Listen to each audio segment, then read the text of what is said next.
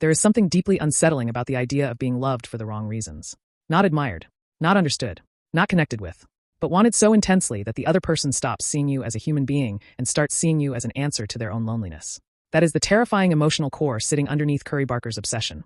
A horror film that weaponizes romantic fantasy and slowly mutates it into something ugly, cruel, and emotionally suffocating. I have been following Curry Barker's work for a while now, so I went into Obsession with pretty high expectations. Thankfully, he really delivers here.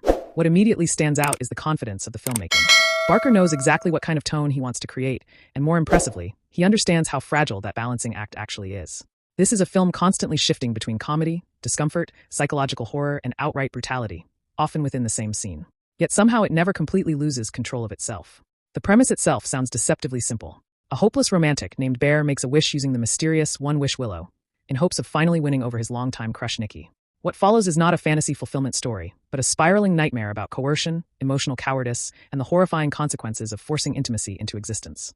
The genius of the film lies in the fact that it understands the wish itself is not the real horror. The horror is the mindset behind it. Bear does not make the wish because there was absolutely no possibility of connection between him and Nikki. In fact, the film quietly suggests the opposite. Their friendship already contains warmth, affection, humor, and genuine closeness.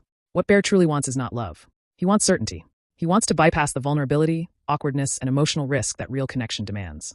The wish becomes a shortcut around humanity itself. That is where Obsession becomes far more psychologically rich than many recent horror films operating in similar spaces. Michael Johnston plays Bear with an anxiety-ridden fragility that works beautifully for the film. He captures the character's quiet, internalized cowardice so well that there are moments where you genuinely feel sympathy for him, even while recognizing the damage he is causing. Barker smartly keeps us trapped inside Bear's perspective for most of the runtime, which creates an uncomfortable emotional tension throughout the film. We are watching someone slowly realize the consequences of his actions, while also continuing to exploit them. But make no mistake, this is in Navarrette's movie. She is absolutely extraordinary here.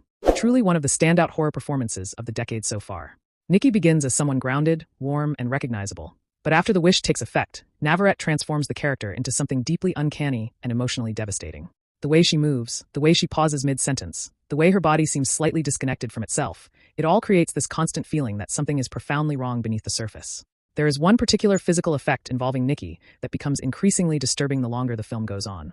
Barker uses it sparingly enough that it never loses impact, and Navarrette commits to it completely.